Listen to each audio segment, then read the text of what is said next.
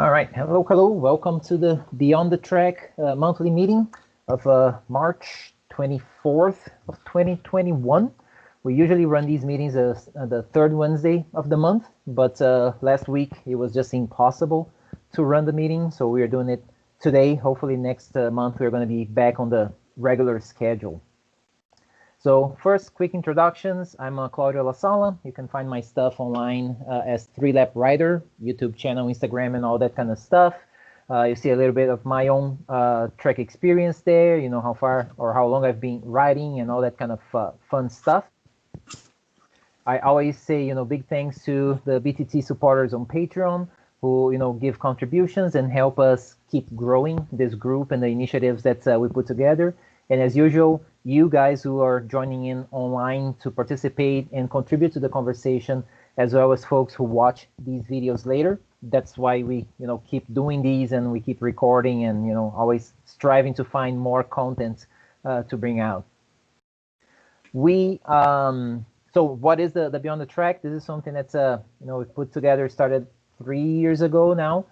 And we've ended up like building these like friends that really go beyond the track. It's not just about being on track riding, but it's also about, you know, being off track, maybe in the paddock, sharing experiences, sharing challenges, and then helping out each other, helping out, you know, folks who are just getting started in the sport.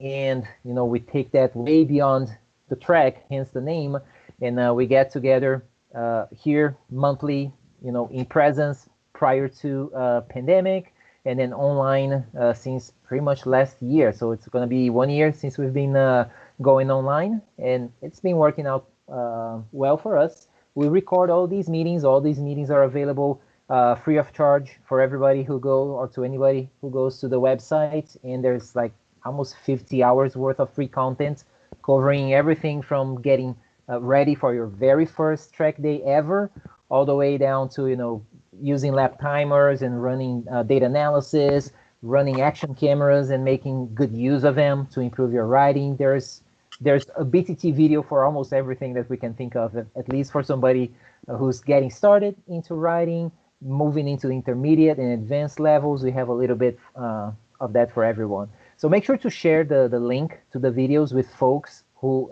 you might know that's getting started. It's a good resource there.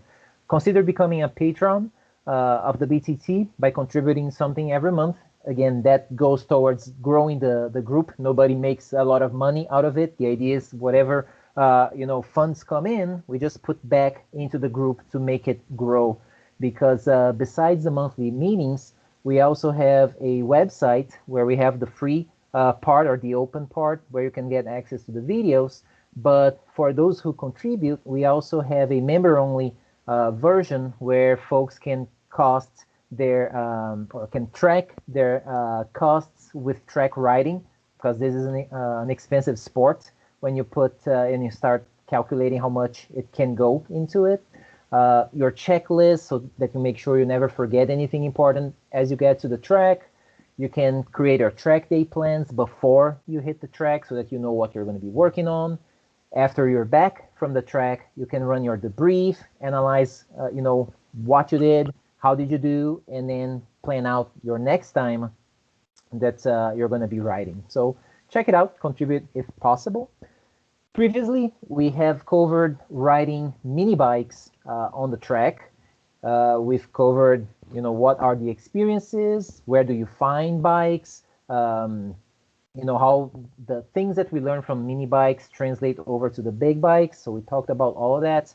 Last month, we had a whole meeting just talking about getting into endurance racing on the mini bikes, right? So we talked about, you know, why would we do it? How do we do it? You know, when does it happen? Where, you know, and all those things.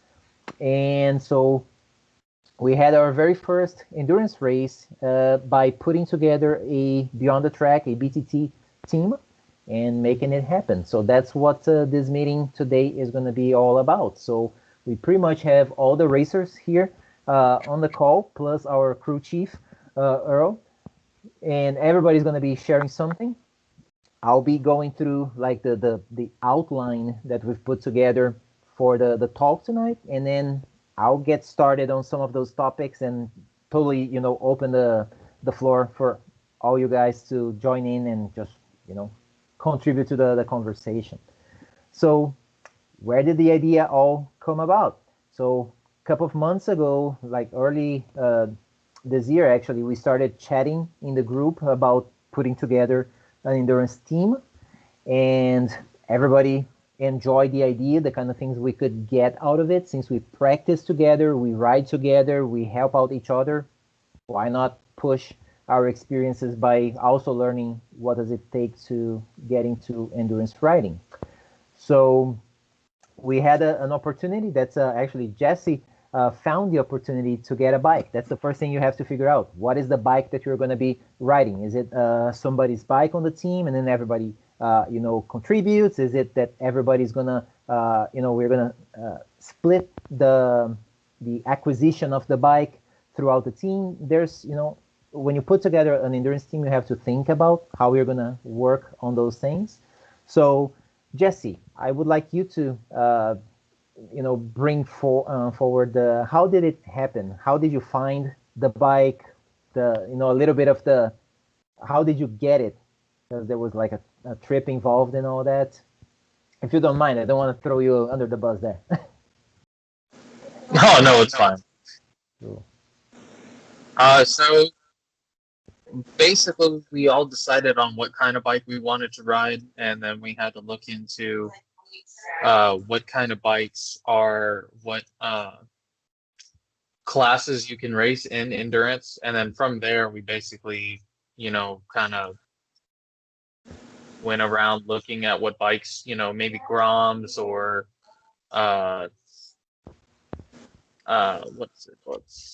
we were thinking about, I wouldn't say necessarily our NSRs, but we were looking around for bikes that we could basically race. And that, so I work out of town a lot, so I was just looking in places that I was going to, and I just so happened to be going to Oklahoma quite often recently, and I believe we were already talking about the KO. Right. We were talking about the KO, and then I just so happen to be, I'm really good on Facebook Market, so I just go into different regions and just different zip codes and just keep looking around. When you're not at the track, I spend my time looking at other bikes. So Oh, Zena, hush. I just so happened to be heading there, and I was looking around and I found this bike, and I happen to have the money, so Oh, hush. I decided that I was going to provide the bike, and so I contacted the guy and I told him that I was traveling up there and if he was available, and basically, for the price that he was giving it for, I was happy with putting that down, and it was actually pretty easy picking it up. And, I've just been a lucky guy finding bikes and whatnot. The guy apparently raced it, or he bought it from the guy that raced it before. So it was already basically ready to race. We just had to get it ready for TMGP, and, it's all history from there. Excellent. And it's worth pointing out that ever since we've been seeing lots of ads of bikes, becoming available in Oklahoma. So, folks who are watching this later, who are on the call and maybe looking for a bike, just stay tuned to that, right? If you end up running into that kind of possibility or opportunity. So, and then the reason why we were talking about chaos, I mean, it's going to come up here as we look at the team's composition. 4 out of the 5 team members at this point all ride the NSR 50s, which is like a GP bike, 2-stroke, though. So we were all like already used to this kind of bike. And then, of course, with Garrett also riding last year the Ovale, but also riding the NSRs, also used to the kind of bike. So we decided to go with that kind of bike. So once we've decided, okay, who are the folks who are going to be racing, we've put together a team meeting, right? Let's get together. let's talk about our expectations, because that's something we've discussed from the get-go. Because, you know, if one guy on the team wants to be the guy who's going to race for points because he or she wants to win the championship at the end of the year, but then everybody else or nobody else is into the same mindset, well, things are not going to work out, right? And something that was very specific for everybody who joined in was to essentially have that as an experience to ride together more, have fun while learning. Since we are always like at the track, comparing data, comparing how we are riding, comparing our approach to certain things, and sometimes even as we are talking about like the shifting points, like even though we are pretty much all on the NSRs, we're like, well, here, I mean, you know, whatever gear, and then I upshift here or downshift there. But because our gearing is different, sometimes it's kind of hard to just run comparisons. And then you look at the data shows some differences, like, well, you know, is that a fair comparison? And then we figured, well, if we are all riding the same bike on the same track, we decrease the number of variables, so it makes it easier to understand what's happening and then look for areas of improvement.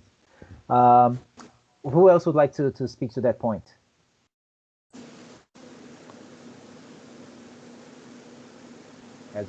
Hey, Claudio, this is Michael here. Hey, Michael. Just chiming in. I think you hit the nail on the head with that one. That's been the most insightful thing we've done so far, is sharing the same bike and comparing our times, what works well, what doesn't work well. And it's not necessarily we're looking for the same formula that works well for everybody. It's an understanding what our differences are and how to best take advantage of those differences. For example, physical attributes. There's a wide range of sizes of people on our team, from Garrett all the way up through everybody else.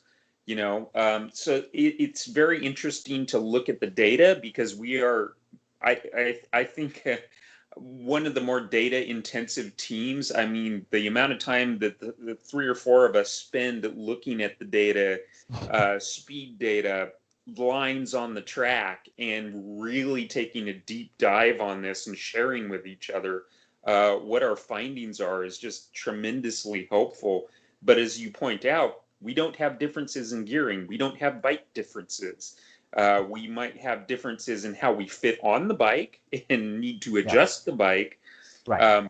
But being able to get to the heart of what it takes to go around the track effectively, I think some really good things are coming to our team as we start to get into more than just the first race. Because I think initially in the very first race, it was, well, how does racing work? We're dealing with all the other factors. We haven't really dove into the nitty gritty of navigating that bike quickly around a track. So I think good things are just on the cusp for us in the next couple months, where we actually start getting into the racing a little deeper. Yeah, that's such a huge thing. Like,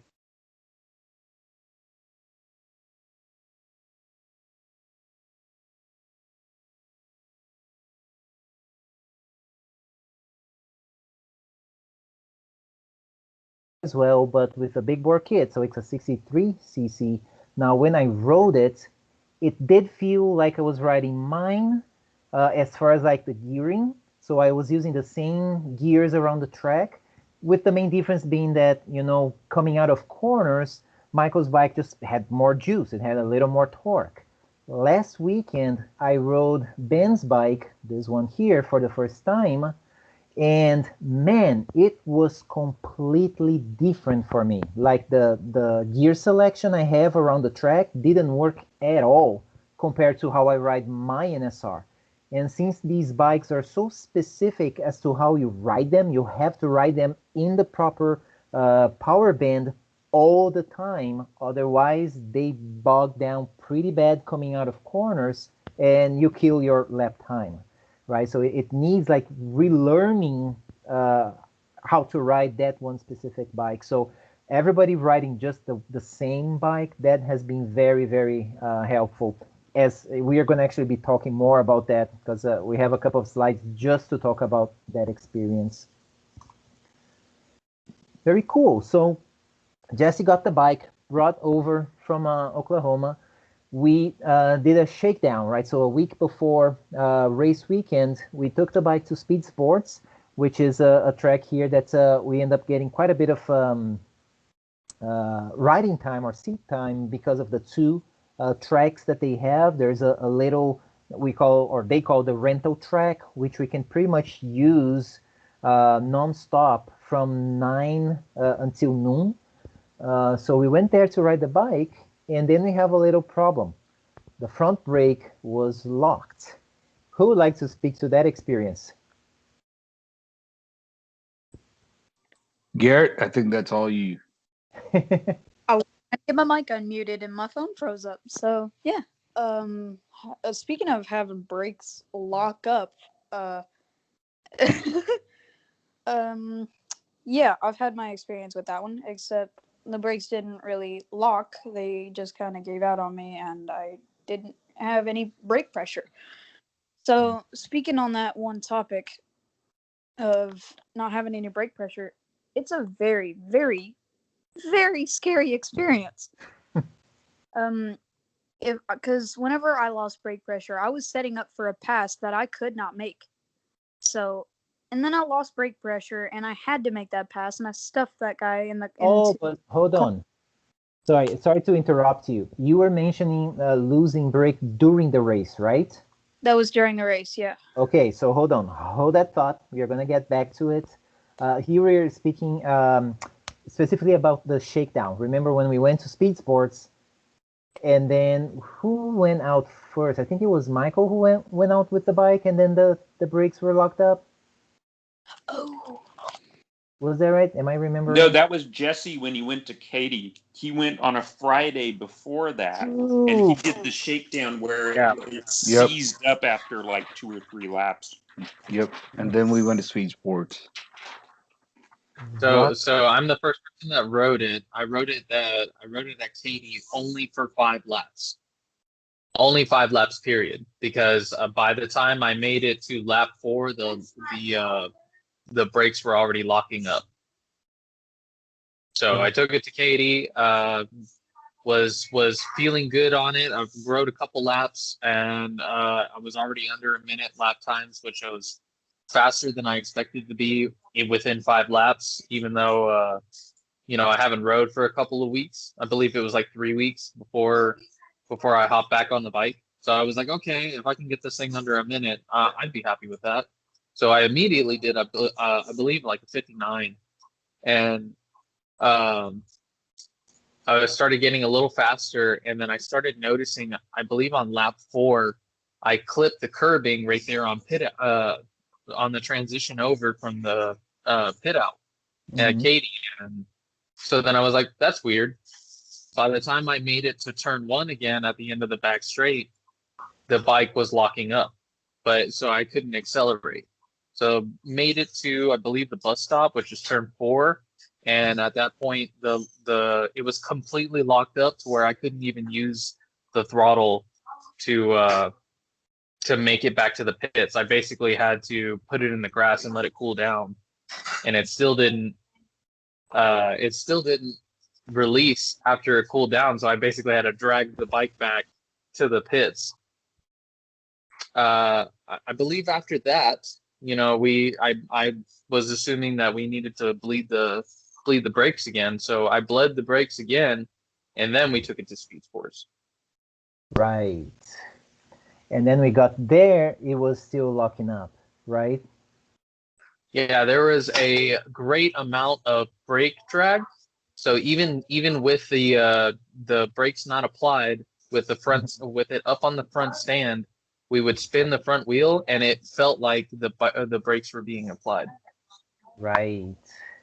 Yeah, and it was at that point that I took the bike out for a couple sessions on the on the small rental track because I know I can ride that track without needing to use the brakes because I really wanted to shake that bike down some more and find out if there were any other problems with it. So I probably did 30 laps or so on the bike because no one was on the rental track.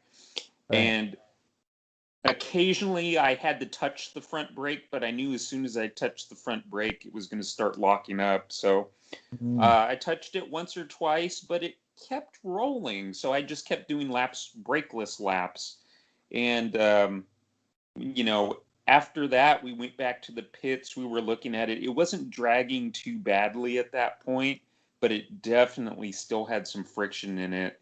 And at that point, what we did, I took it over to my truck and I took the master cylinder off and I put a Grom master cylinder on the bike, bled the brakes out, and went back to do some laps on the rental track. And that's where we all started sharing the bike because at that point, there was a lot of brake drag in the front, but it wasn't catastrophic. It wouldn't lock up the bike. The recommendation was, well, try not to use the brakes any more than you need to, and let's see how this goes. And that at that point, we started sharing the bike, and everybody had a chance to ride it. Garrett rode it, Jesse rode it, Ben and Claudio. We all did our handoffs on the bike and learned to do that. But it wasn't quite where we wanted it to be, but it wasn't catastrophic like Jesse had at Katy. Right. Yeah, that's and then that's what I remember. So when I rode it on a big track, on a pro track, it was an interesting feeling, right? After a year and a half of riding a two-stroke kind of bike, as soon as I came out, on a four-stroke, everything felt different, of course, and it felt like even though we are going the same speed, it feels like we're going so much slower. It was an odd feeling, but it was kind of cool at the same time, just experimenting with something different.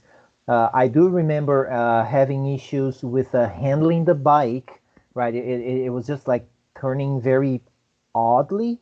And I remember like some noise in the chain, maybe the chain being a little loose. I remember having that.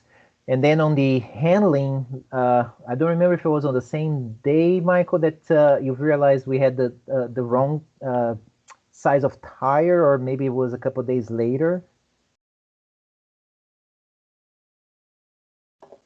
Yeah, I was going to say at that point when we were looking at the front wheel and the brake locking up, one thing that was very obvious was it had a tire on it from Oklahoma that is for a Grom. It's not the stock size tire.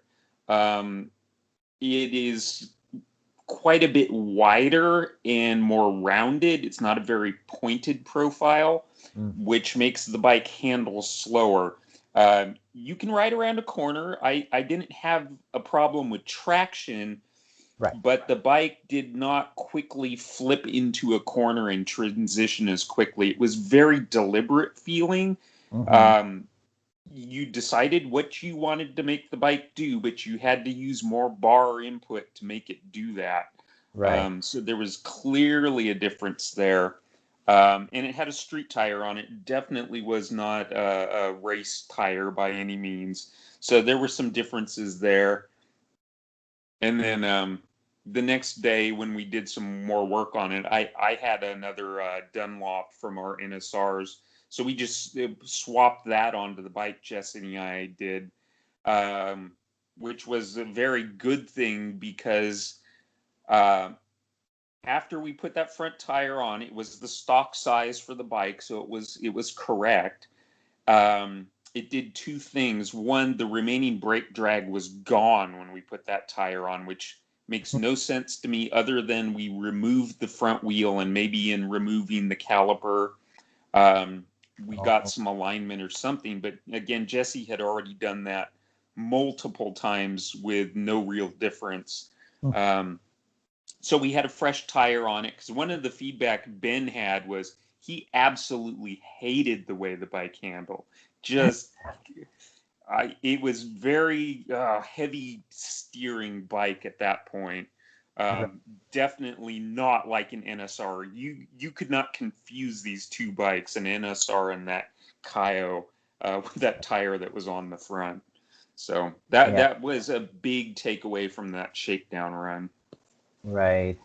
Oh, the other thing I remember specifically feeling is like the first couple of laps that I took the KO out, I was using the same reference points I use on my NSR as far as like where I get back on the throttle, because on the NSR it's not gonna jump on me, being a two-stroke. So I am always like opening the throttle as quickly as I can, very early, and I was doing the same thing on the KO, and that didn't work, right? Because since it has more torque, as soon as I opened it, jumped a little bit, it moved me like in wider lines. So I had to adjust for that, as well as the approach to corners, because on the NSR, it doesn't have any engine brake really. And on the KO, it does. So it does change the approach into corners. So that was an interesting thing to adjust to as well. What else?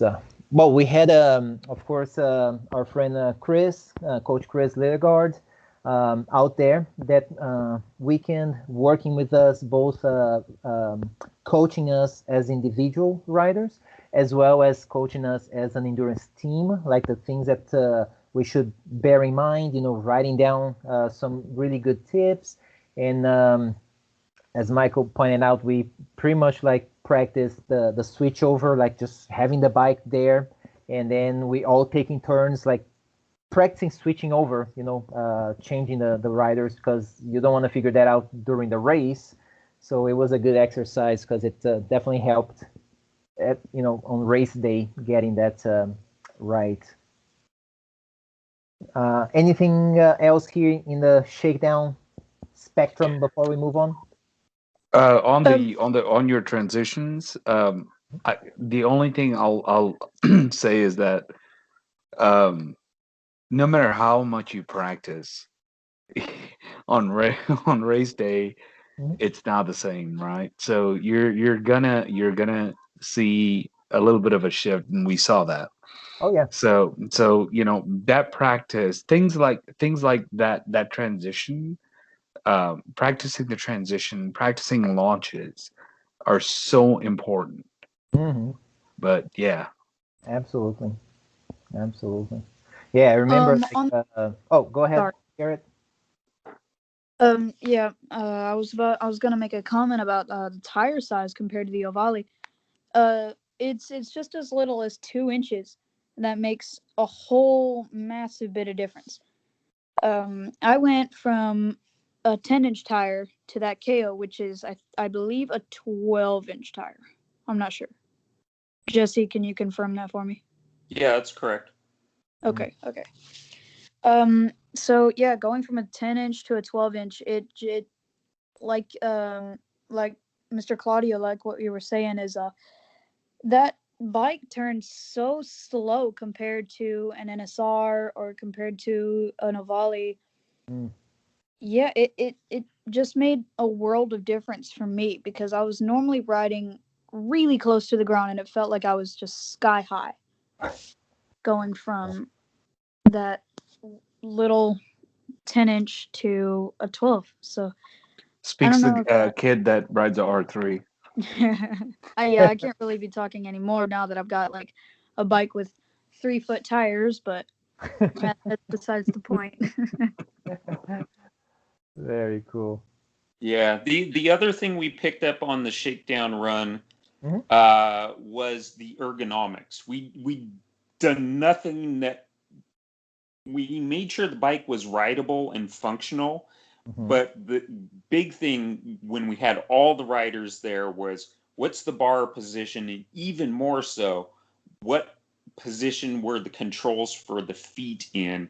And that was something we radically had to go back and change. If we'd gone out on race day on the setup we had at Shakedown, it would have been a miserable race for everybody. It would have been putting your feet in unusual positions, literally just to be able to finish the race, instead of have the control positions where you needed them to operate the motorcycle efficiently. So that was the final big point we got from the shakedown run, was how mismatched everything was, the way we had it. Now, and that was, do you mean on the shifter position and things like that? Because Correct. I had a miserable time at the race because of the foot peg position. Yeah, and it was even worse at the shakedown run. I rode the bike a lot, but I almost literally couldn't even shift the bike. The foot position was so far off. Interesting. And probably, So Claudio, this Yeah. this foot position thing has been coming up quite a bit lately. yes. So what is it going to take to rectify that? I mean, because I'm really interested, because for me, just riding when I used to ride, Uh-huh. and Garrett riding, it's a singular foot position. So, but I've heard a lot of you guys mention foot position. So how do we go about rectifying that? That'd be a really good topic to explore. So, yes, we are gonna talk about that. It's gonna come around in the outline of the talk here. Oh, right on. Cool. All right, but Sorry, thanks for bro. pointing out. It's here. All right, cool. So yeah, we came out of that, and then Michael and Jesse did a phenomenal job on the bike. Changing from tire. Changing the ergonomics as far as like the clip-on position and things like that. The gearing change. I mean, there's like a laundry list here of everything that was done.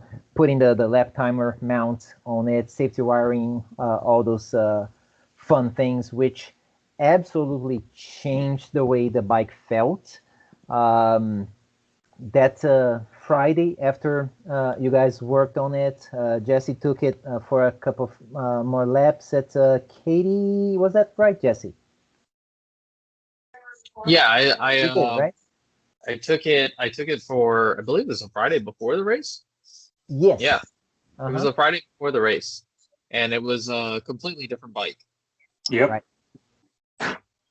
Yep. Yeah. Whatever you guys did, you're like miracle workers.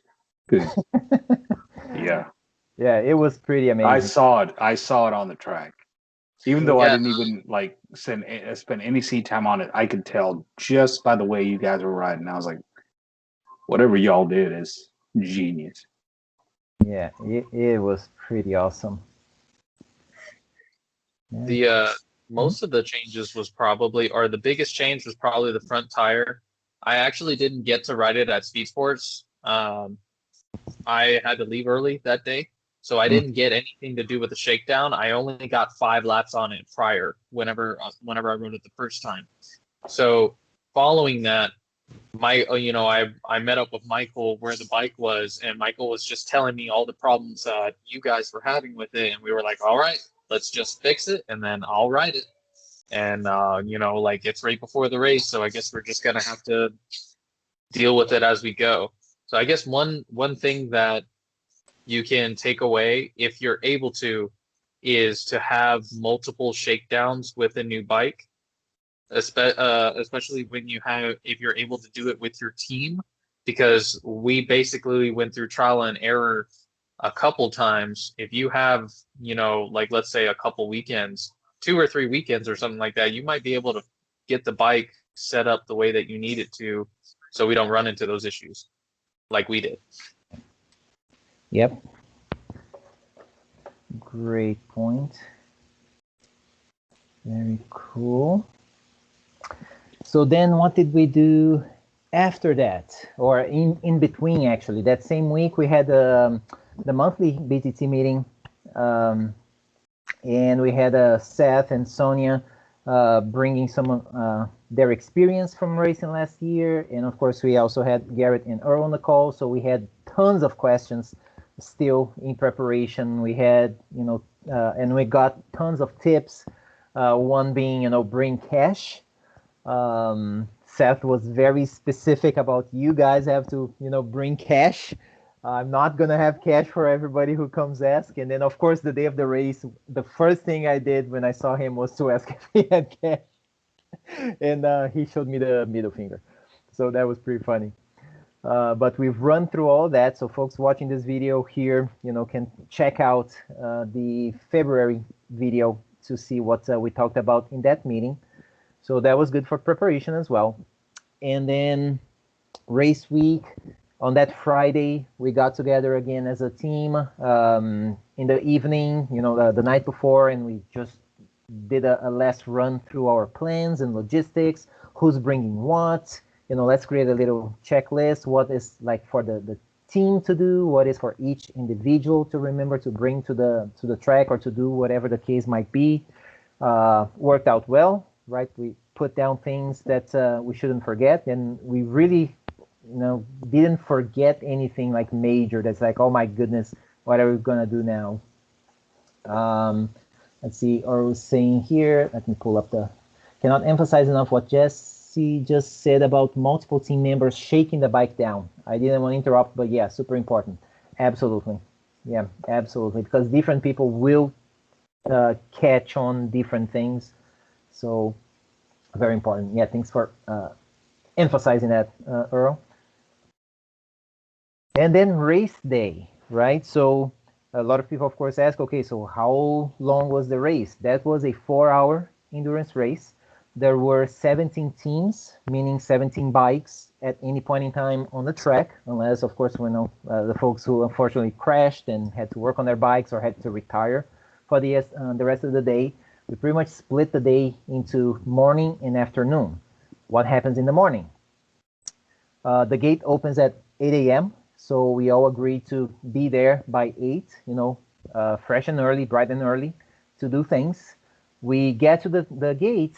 The first thing that we didn't quite realize, well, there's a gate fee that we need to pay, right? Not a big deal, $10, but I'm sitting there, waiting in line, and we are looking through, we're using WhatsApp to communicate, and then everybody's like, oh man, yeah, there's a gate fee. How much is it? Oh, no, maybe we don't have enough money, enough cash for this or for that. Like, So Claudio, we we actually discussed this prior to the race, but I think it got lost in translation. Could be, yeah. Yeah, Jeff is very, very particular, and I think I mentioned, wait, is that my truck?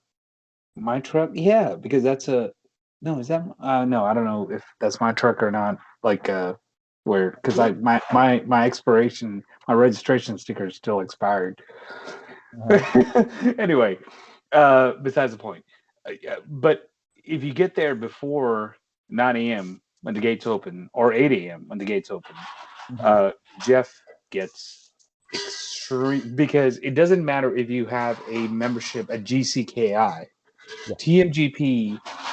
Those races are run by Jeff. Yeah.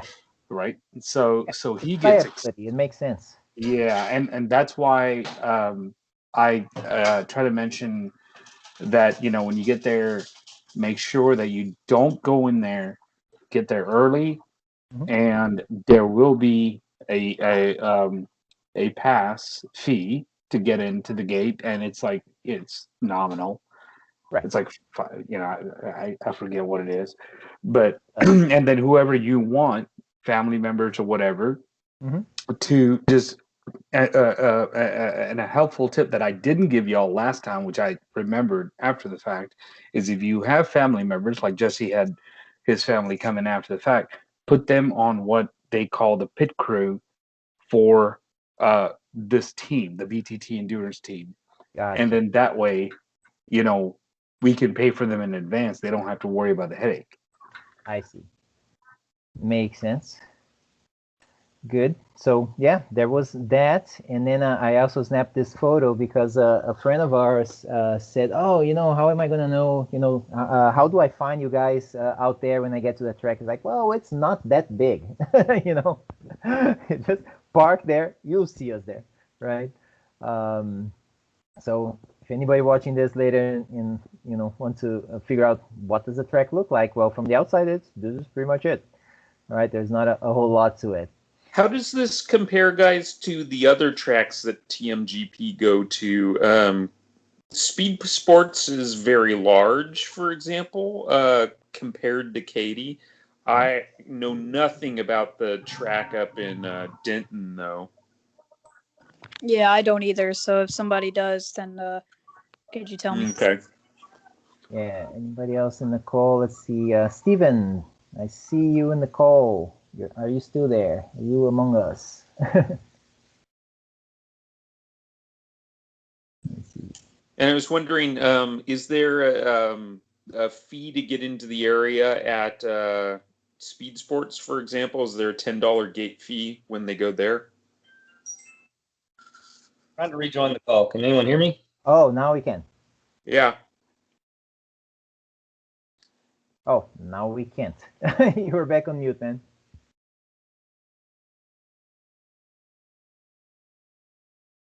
How about now? Now we There can. we go. Okay. So Denton is about halfway between the size of Katy and Speed Sports. So it's not quite as big as Speed Sports, but definitely larger than Katy. Okay. Good. And then they have the same system for the a gate fee, same way that it works for UCKI? Yeah, every race is the same. You always pay a $10 gate fee. Okay. Now, Denton, the only difference is where people at Katy and even occasionally at Speed Sports can camp the night before. You cannot camp at Denton the night before. You can camp between Saturday and Sunday, but you can't come in early before like Friday night. Interesting. So I stay at a KOA campground with my trailer up a few miles north of there. Oh, that's good to know. I didn't realize that. Yeah. I was thinking, yeah, thanks for bringing that up, Stephen, because that was going to be like my next point, mentioning that Earl did go to the Katy track the day before to just make sure to secure, a spot close to the paddock where we could set up and, not have to do a lot of walking or what have you. So now we know that that's not something that can happen at Denton. Right. But once, like, if you're gonna sprint, if any of you guys start doing that, you can stay over between Saturday night into Sunday morning. You just because there are people staying there that night, and there are showers at the track also. Oh, good. I was just gonna ask you that. What about the facilities there? So that's cool. Yeah. Yeah. So, Steven, is it just like just camping, or can you just can you at least just show up and at least set up a pit stop or a pit spot and then leave? And, Oh no, it's before Denton. You can't access the track before Jeff opens the gate on Saturday. Oh, you morning. can't. Okay. So you just can't get in. I got you. Okay. Wow. Okay. Now, and there's a big long road there, and there's a line of cars and trucks and stuff waiting to get in the track whenever Saturday morning. So it's not bad. All right. Cool. So we got thanks to Earl, we got a good spot set up there, and Earl was even nice enough to get the Go Fast snack for Michael there with his Funyuns. I'm still trying to get sponsorships from Funyuns. Apparently, there's something about Funyuns that make you go fast, I guess. They're all in a circle, bruh. It's right? It's the garlic. Keeps the vampires away. There you go. Some paddock photos there. That was kind of fun. And then the bike number was the next little thing. So the bike came with the number 55 on it. And it's like, well, let's just use it, right? So that we don't have to renumber the thing. And then as soon as we get there, Garrett says, well, we cannot use that. There is another rider who already has that number. So we're going to have to do something different. Well, what do? We just stick a 1 in front of it like last minute. That worked. That did it for that weekend. Yeah. I'm sorry. I should have muted myself, but yes, you guys were like genius in doing that. That was awesome.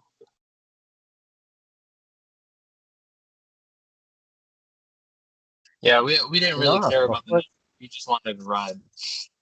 What was that, man?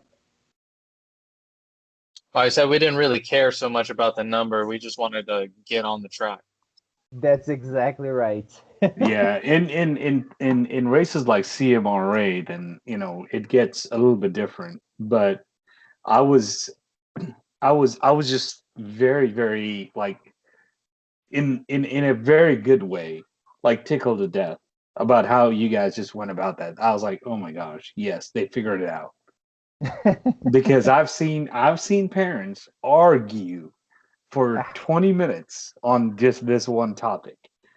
And I'm glad that you guys figured that out in like 10 minutes or 10 seconds rather. Oh, Yeah. that's an age thing. I remember back in the day watching AMA Superbike races, and then they'd go compete in World Superbike, and they'd just stick a 1 in front of their typical AMA number. And I thought, oh, yeah, okay, that makes sense. Just put Yeah. a 1 in front. Yeah, when we rode CMR8 last year, Garrett's bike had number 12, Right. the R3. And they were like, no, you can't run number 12. Somebody's already got number 12, or you have to have a 3 digit number. Yeah. I was like, all right, well, can I get 0, 1, 2? Yep. No, but we're all out of zeros. I was like, do you have a 1? I'm like, yep, $5. Done. There you go. Yep. That's So it. I don't know. I don't know if you guys know about it, but the reason why I recommended 155 is because Coach Chris, his number is 47, but whenever he races Moto America, he has to have 3 numbers, I believe.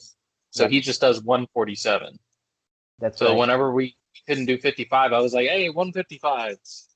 Yep, that's correct. Absolutely. And that's something that's different because like with CMRA at the beginning of the season, they actually publish the list of numbers that are taken already, and they let you like choose 3 numbers. They will see which one is available, right? And then they will let you know, and once you lock it in, you have that number for the whole year. Well, with TMGP, we don't have that. At least, I mean, it's not available on their website. I haven't found anything there. So it's like, how do we know what numbers are available, right? Maybe I guess we just need to ask, but for sure it's something we've learned. Well, with TMGP, I don't think that they actually. If there is, then I'd love to see that. But I haven't seen a list of published numbers. Right. But because we've always run 12 in sprints with Garrett, and I know that Mikey runs 12 as well, Mm. and we've never had a problem. It's because they go by the transponder. So Oh, yeah, for endurance. no, for sprints and endurance. I mean Oh, both.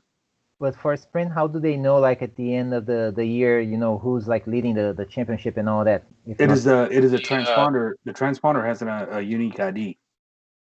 also you always have to use the same transponder all No, year. no. No. Everyone should be running a different number during the endurance race Okay. because they do manually score backup manual scoring. Right. But some people on sprints will have a sprint number that's the same as someone's endurance number if that person's not sprinting. Okay. But yeah, the number should stick with the team throughout the season. But yeah, they don't have anything published. You have to find out day of very first race. Hey, can I use this? Gotcha. And whoever had it last year, that number has first right of refusal on Okay. that. Yep, And that is correct. Yep. Yeah, and Okay. then if your team happens to be in the top 10 overall at the end of the season, Mhm. the next season you can have your position number. So we finished 7th overall last year, so we changed our number from 97 to 7 for this year. Gotcha. Yeah, I got confused because I thought, oh wait, the same number for like 2 different riders with the same number for sprints. That's where I got confused. But I got Yeah, we did that last year because Mikey and Garrett ran both with number 12. but they just ran different transponders. And I asked Jeff, and Jeff was like, "Oh no, it's fine." Okay. The differentiator was probably that they were only running in one class together, but Garrett was running an F5 and F7 novice, and Mikey was running in F7 or F5 expert or Oh, okay. intermediates, or so it changed by Okay. classes. So I So yeah, think maybe the different. transponder may have made a difference there. So, Okay, different class. Yeah, I thought yeah, there's gotta be something different. Otherwise, how do you know? right, yeah. Okay, excellent. All right. Of course, new rider class, right? Pretty much, except for Garrett, the rest of us had never raced with a TMGP, and so we needed to take class. That's another $35 that we kind of like forgot that we were gonna need there. We take the class, very simplistic, just go through the main rules of racing and all that. I did find kind of amusing seeing the contents, the material mentioning, TWS, which for the folks who are not in Texas are not familiar, but it's a track that's been defunct for a couple of years now. It's not even quite there. There's like residences, like houses built there, so that was kind of funny. The other thing was like us looking at each other and seeing this, like Katie lap time for novice, 42 seconds. We're like, what the hell are we doing here? We cannot run 42, second laps here. Well, apparently that was the time when the track was not as long as it is right now. We can actually see from this photo, the different colors on the surface. Like, oh, okay. Well, guys, it's time to update that printout. But that's we got to laugh out of that. Need to step up our game. The transponder. So renting, that's what we did. $20 for the. Is it $20 for the day or for the weekend? That I didn't get when we were there, since we're gonna only do the endurance. It's only for the day because they don't run transponders during the sprints at all. Oh, that's right. That's right. Okay, that's again another difference with CMRA, because I remember when I did CMRA, then I was renting for the whole weekend. Gotcha. So we rented because transponders turn out to be very expensive, and since we're not going to be doing a whole lot of racing, it didn't make sense for us to buy them. We also needed to figure out mount. I forgot that I had a mount on my Daytona back home, so I didn't bring that to the track. What we did was to just zip tie the transponder to the bike, which on a mini bike is okay. I would not zip tie the transponder to my Daytona because I don't think that would be prudent. So little things we had to do there. And once you get the transponder there, besides, TMGP being able to track your lap times and number of laps and all that, we can also download the Race Monitor app on our phones, which I had been using CMRA, but just the free version, which allows you to see the race results. So when the race is done or free practice is done, you can go on the app and you can see the results. But, well, in a 4-hour race, you probably want to see the live timing. For that, you pay an yearly fee that's about like $4.99 or something like that, or you can do like the monthly fee.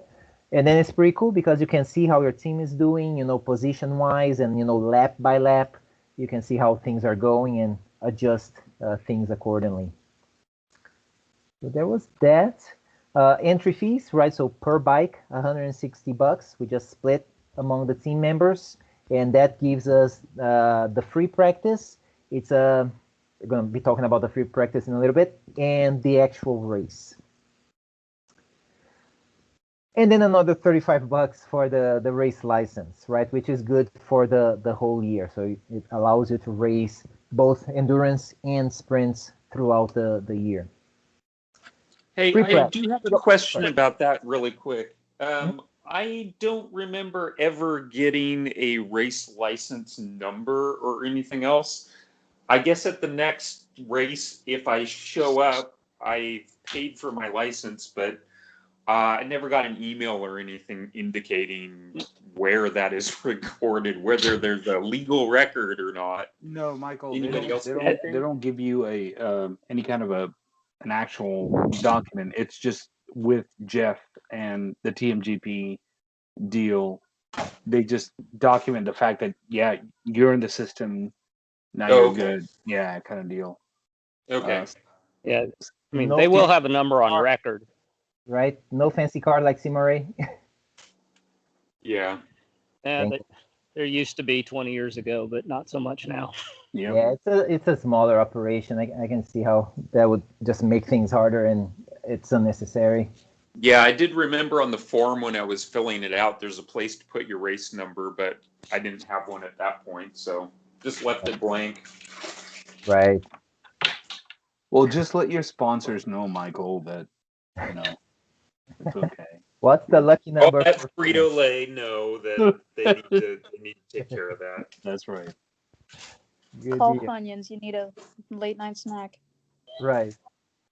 So free practice. It's supposed to be a 2 hour practice. It got shortened to an hour and a half because there was oil on the track that had to be cleaned. What we did was we did like 5 lap stints, just rotating so that we all could get used to the bike, because up to that point only Jesse had ridden the bike with the current setup after the adjustments and everything. So we made sure that everybody got, a chance to ride a couple of laps just to get somewhat comfortable with the bike.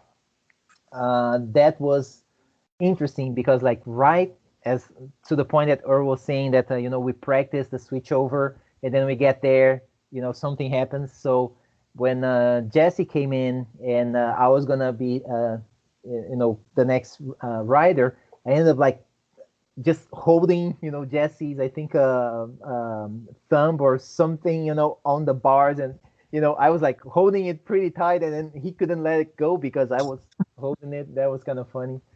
And then You grab. right, and then in that little ordeal, we stalled the bike, and then I'm there trying to kickstart it, and I couldn't because I couldn't hear the bike. The engine is so quiet compared to the two-stroke, and with all the noise around us, I kept like kicking the bike, and I couldn't hear whether it was running or not. That was a tad bit frustrating because it's like, man, I only have 5 laps. We have limited time. I need to get out. What do we do? So that was interesting. Was That's why that day was I either made sure I made sure I was there to push you guys. right? Get the start Well, going. yeah, and what got me thinking is if that happens during an endurance race in the middle of the summer, boy, that would suck. In full leather, 100 degrees out, that would not be fun. Was there anything about free practice, guys, that you would like to throw in here? Yeah, I during was free going to practice. say. Go ahead, No, Garrett. you go ahead. Oh, yeah, Michael, you go ahead. Oh, my only comment was this was essentially the second time that I had ridden the bike. Man, my lap times in practice freaking sucked. We're talking like 58-second laps on a bike, and I can walk around that track at 58 seconds almost any other day. I was going into this race thinking, oh my God, is this the best I can do? It's endurance. It's about endurance, not lap times. So that was my impression from practice, doing 5 laps at a time. Okay. That's funny. Garrett, you had something, man? Right. The free practice session is very important because, especially if you were in the situation that we were in, like not riding that bike and it's switching owners every few days, and with all the issues, with all the adjustments that had to be made, doing free practice is very, very crucial to getting a feel for the bike and getting it all nice and dialed into you. Not necessarily making any adjustments, but just like, okay, now I know what this does whenever I go here. Yes. Yeah. So I always take the free practice session as, okay, I'm just gonna go really, really slow, figure out the bike, warm up the tires. That way, when the actual race starts, I can get a good launch and not wheelie the bike off of the grid, and put my head down and stuff a few people into turn one and not lose the front. So Right. yeah, I also use free practice to warm up the tires, and so all that. Free practice is just overall essential. Yes. And something that for me immediately came up in free practice, like go out for 5 laps, I immediately felt uncomfortable. So I guess this is the part to talk about the ergonomics there and the foot peg positioning. So I go out on those 5 laps, and then as I take the first lap, I'm like, oh man, this is not working for me. And it was the foot peg positioning on the left was where I felt the most, because the way I've learned to ride the track, right, there is a lot of effort that goes into preparation for cornering, where the first thing that I do going into any corner is to move my butt off the seat, right, to the side that I'm going into the corner. And at Katie specifically, right, going into like the back straight, prepping to go into turn one, I'm moving off the seat, and then I'm doing usually on my NSR 3 downshifts, and I'm already prepared to just, lean into the corner. Well, that day, as I went out on those first laps, I couldn't do that because I couldn't like slide my foot to do the shifting and then, put it back where it has to go. And I'm like, what the heck is happening here? Why is it like this? And then on every lap, that was upsetting me because I couldn't do it the way I normally do. And in order to actually not lose composure going into the corner, I was having to almost like sit up on the bike and like raise my butt off the seats to be able to move my leg to make the downshifts and then be able to make the turn. I said, man, how am I gonna do this during the race? And eventually I learned what I had to do to be able to downshift, but I was paying a huge toll on that because it was making my my left leg hurt really, really bad. Like within 7 or 8 laps, I was already feeling my muscles on my leg like burning in ways that they normally don't when I ride the NSR. So that got me really, really concerned. Fortunately, it was only me, not the whole team. That could have been problematic. Did anybody else have any kind of like concern or other things during practice? Well, I had similar issue on the right side, Claudio, because I did injure my ankle back in October, and it's still not right. And on the Kaio on the right side, I literally my ankle, I had to position it differently on the foot peg just to make it work. So that practice session, I physically had to change how I was controlling the bike, and there was nothing I could do to the bike to alleviate that issue. I had to change how I rode the bike just to be able to go out and do laps. So Right. thank goodness for practice for figuring that out, how I was going to place my foot on the foot peg to make it functional. Yep. Yep. So, oh, go ahead. Yeah. So the one concern that I had was the handlebar positioning. I know this sounds kind of not so essential, but the handlebar positioning is pretty crucial to me, especially whenever I'm going at race pace. For me, I thought the handlebar positioning was a little bit too inwards. I'm normally used to riding it straight outwards and leaning as far as I can. But whenever I had those handlebars like in as far as they were, I was like, dang, how am I gonna get down as much? And then I learned, okay, I'm gonna put my hands on the outside of the handlebar or the grips and screwdriver grip and see what I can do there. And it kind of mimicked the same thing, but I just had it at a different angle. So, but there were some downsides, like Claudio, like what you were saying is your leg got fatigued really bad. My arms got fatigued pretty bad. That's why I was only running 10-minute sessions, especially pushing as hard as I was, or trying to push as hard as I was. That it was just taking like a really, really bad toll on my body. Right. And also the rear brake. The rear brake is just unbelievably powerful. So I would touch it and the whole bike would go sideways. So I like to use front brake going into turn 1 and turn 4, the decreasing radius and what you guys call the bus stop. Mm-hmm. So the bike kind of went sideways and got away from me a little bit.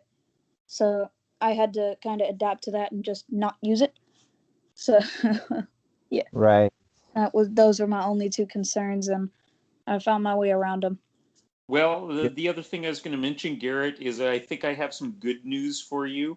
That rear brake is using a master cylinder from a Daytona 675, and I do finally have the correct master cylinder for the rear on that bike from Blair.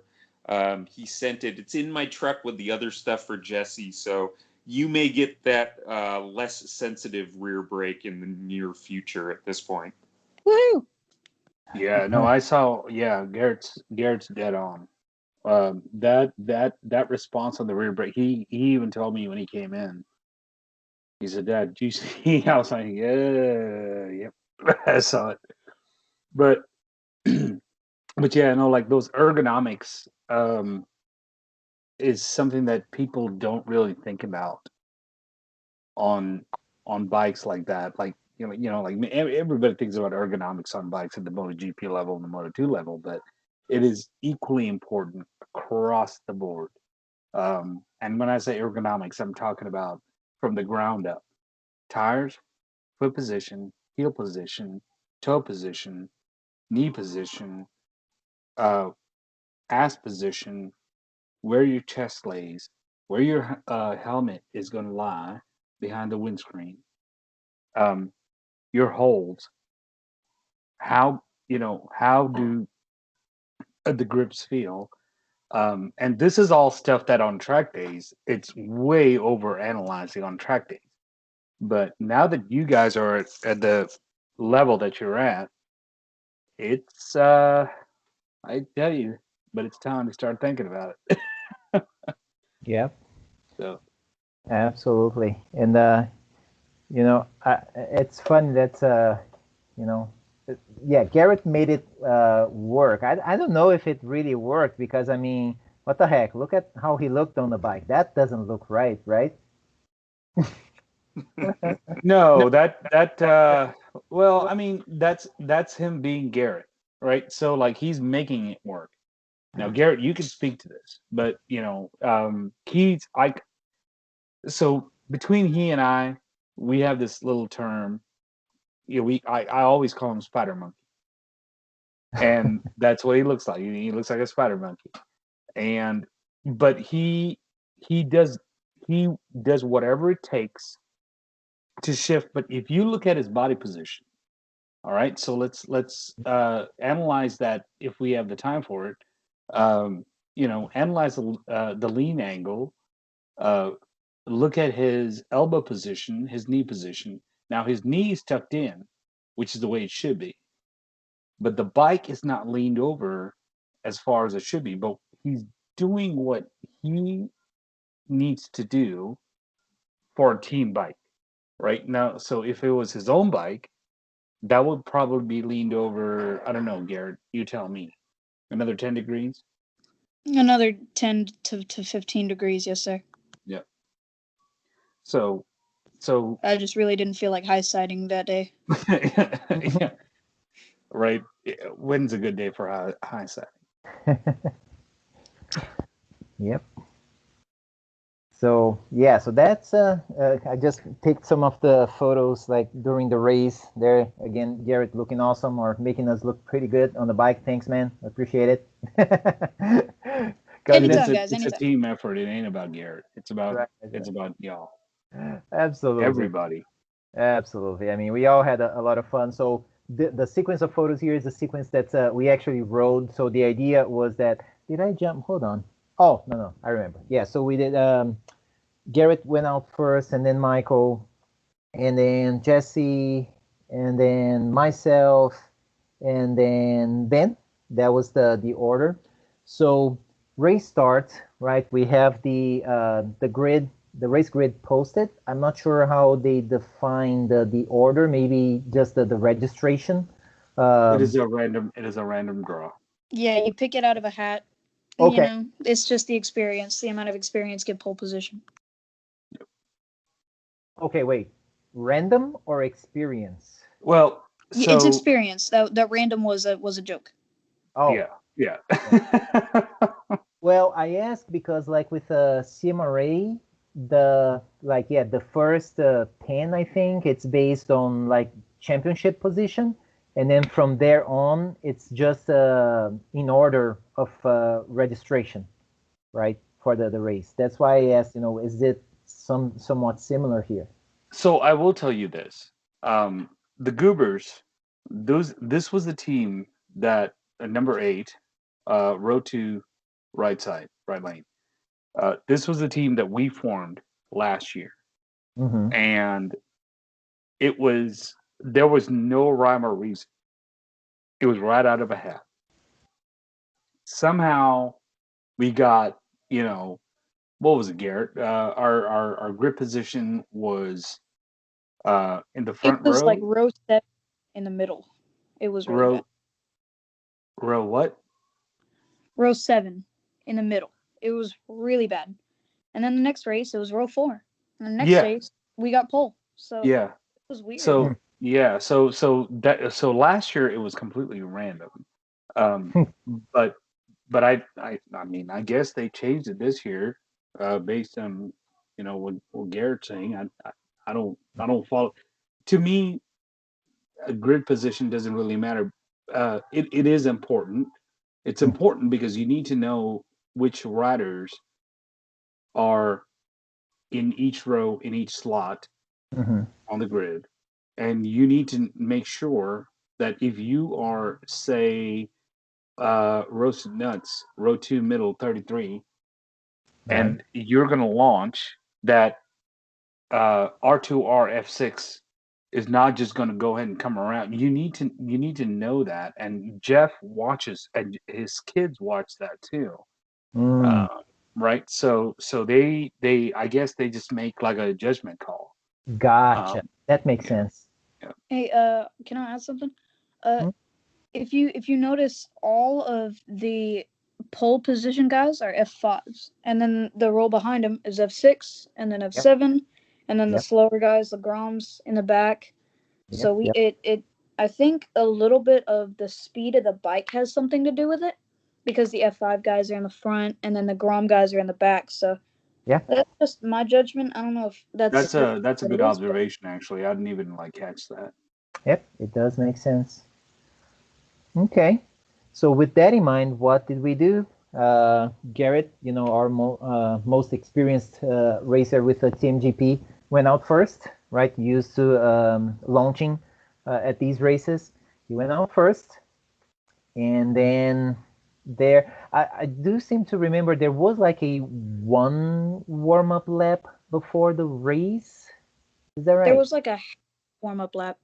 It Right. was just pit out, chicane, the horseshoe, and then grid. There Got wasn't really a lap. It was more like a half a lap. Okay. So there was that. Yeah, I was kind of like fuzzy on that. All right. So during the race, right? So since an endurance race, it's all about taking, as many laps as you can. You try to diminish the delays that you have. These are some delays that we identified that were like small delays we had. For example, a rider not being ready for a swap, right? So there was one time that Garrett was pulling in. Michael was not just ready yet. What did Garrett do? Just went right back out to the track. And how much time did we lose there? Well, 10 seconds, right? Not a big deal. It's a little lesson learned. What can we do to prevent that from happening? We had a foot peg issue there. Michael, Jesse, can you guys remind me what was the thing? Was the foot peg just coming off? What was the deal there? Yeah, literally the foot peg started unwinding on the bike. I was going around corners and my foot kept slipping off the foot peg, and that's because the round foot peg was twisting on the bolt that held it on, and it was being held on by about a 1/4 inch of threads by the time I pulled in. So we had to tighten it back up. Right. It took about 20 revolutions on the peg to get it tight, and then a wrench to finish the job. Right. And that's, that was still a pretty quick fix because it was like a 75-second delay. It's like barely like a lap and almost a half that we lost there. But things happened real quick. Right? Yeah, well, the other thing that happened was while I was assessing the situation and why my foot kept coming off the peg, that whole lap, I had to back down the lap and the pace I was riding once I realized the foot peg is now going to come off because there's like an inch of bolt sticking out. So I backed down the pace and got back to the pit and got in. So there was probably some time delay just on me circulating the track more slowly. So that probably cost another 10 seconds out on the track. Right. Good point. So yeah, we had that, and then we had, of course, refueling, which took about 90 seconds for us to do, right? Which is another, almost 2 laps there. And so those were the small delays we had during the 4-hour race. We did have a little crash that was about a 56-second delay. The thing that I remember was very specific, like it was a good thing, as soon as the crash happened, rider Michael came in, like, just came around the track, pulled in, next rider already ready to go out. So it was a quick exchange, right? So Michael, we're gonna walk us through what happened there. Yeah, I was going past pit out on the right-hander there, and very simply, I just lost the back of the bike. Once that happened, the bike just slid across the pavement, and I had to pick it back up. We slid all the way to the grass, and while I was picking up the bike, I also managed to fall over the tail section on the bike, but I was able to pick it back up, kick it started, and got back in. At that point, my main thinking was, what's wrong with the bike so that when I pull into pit lane, I can kind of assess the bike and figure out if there are any handling problems or anything I need to be able to communicate back to my team, because when I come back in, they don't know what condition the bike is in. And this is also something we talked about with Seth in our planning meeting before this. If anything happens like this, just come in and swap riders. So you don't know what's going on with the rider. I had only been out for about 6 laps when I lost it. I was doing about 20 laps normally during my stint, so I came in at 6. Jesse was ready at that point. By the time I brought the bike in, I knew there wasn't anything significantly wrong with it. So there was the issue with the end of the handlebar was bent up, but it wasn't a catastrophic problem. It affected your ability to get a good pencil grip on the throttle when you're riding. But Jesse came in, it went clockwork. He went back out and finished the session. So as we point out, we lost essentially a lap by having done that, which really surprised the crap out of me, because the amount of time it took me to get the bike back running, the bike started right back up, and that was the thing I was most concerned about, was whether the bike would run again or if we would be facing having to push the bike back. Right. Yeah, I wasn't specifically watching you, even though I knew you just went out and I knew I was next in line. So I already had, my suit was zipped up and everything. I just needed to do helmet, gloves. And I was paying attention that I did not see you lapping around because I was basically watching people come around on the carousel and I didn't see you. And I was like, where's Michael? I look over, Earl's right next to me, and I see you picking up the bike for the second time. Or no, I saw you trip over the bike. So at that point, I was like, he crashed. I told Earl. Earl started walking towards you, and I was already like, he crashed. I need to go on the bike now. So I already had helmet and gloves on by the time I was already prepared to hop on the bike when you came back. That was pretty awesome. And then what else? Well, we had a red flag. What happened? It happened like right in front of me, so I can speak to that. And that alone was an 8-minute, 30-second delay for everybody. So I mean, at least we didn't pay the price on that one.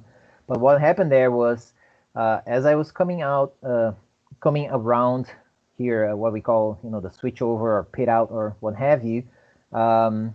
With peripheral vision, I saw and I heard like 2 faster riders coming right behind me, and I was decided to just stay out of their way because I knew they were way faster than myself. So as I exited this corner, I just stayed on the far left, even more so than usual, before going into the chicane, essentially just giving them as much room they needed to just go by and go do their business. Well, as they were fighting position with each other, they made contact, and one of the riders pretty much like lost control and came like right in front of me, and like dropped right in front of me. I had barely had time to like pull on the brakes and then swerve it and miss the rider by a hair. Literally, that was something. That was a little bit of a scare. I thought I was gonna run over him. Fortunately, that didn't happen. It was just enough time to finish the lap, but as I was going around on the back straight, I already saw the red flag, and I thought, well, at least that's gonna work out for like the switchover and all of that. Everybody's gonna be doing that anyways, but that was something. Was not expecting that to happen there. And then race keeps on going. We keep, switching riders and things are moving along. Everybody's having, a heck of a great time. And then I come out on my 3rd stint, go down the back straight. As I'm upshifting, I do clutchless upshift, so I'm not using the clutch lever. All good. I get to the end of the back straight. I pull on the clutch, and I feel this click. There goes the clutch, right? So I just finished my downshifting there, finished the lap, pull in, and at that point we had 40 minutes to go still, and we thought, well, we don't have a replacement clutch cable. What do? Race is over. But then, well, we have Super Ben on the team. Ben, are you still on the call? Are you able to speak to it? I know you normally have microphone problems. And then maybe if you're unable to speak, maybe somebody else can talk through that part of the endeavor here. Hey, Claudia, I'm here. Can you hear me? Yes, very quiet. Yeah, so when you came in with the bike, we were taking a look at the clutch, and at first I thought it was a broken clutch cable. However, we followed the cable down to where it attaches to the motor, and it looked like it had come out of its holder. And after looking at it a bit more, we realized that that part had actually broke. So the end of the cable has a barrel, and the clutch mechanism has basically a 2-pronged hook that catches it, and one side of that had broken off. So what I did was take some zip ties and zip tied the cable to the I don't know the name of that part, but the clutch actuator, and it was at least good enough to keep going. It was awesome. Yeah, I just remember Ben saying, stay all suited up. You're getting back out there. I'm like, all right, let me just get out of the sun because I'm melting here in my suit. That was about a 16-minute delay, right? Still went back out and let's keep doing this. Now, Let me just say something. I had to step away for a minute, sure. but I got to give props to Ben right now.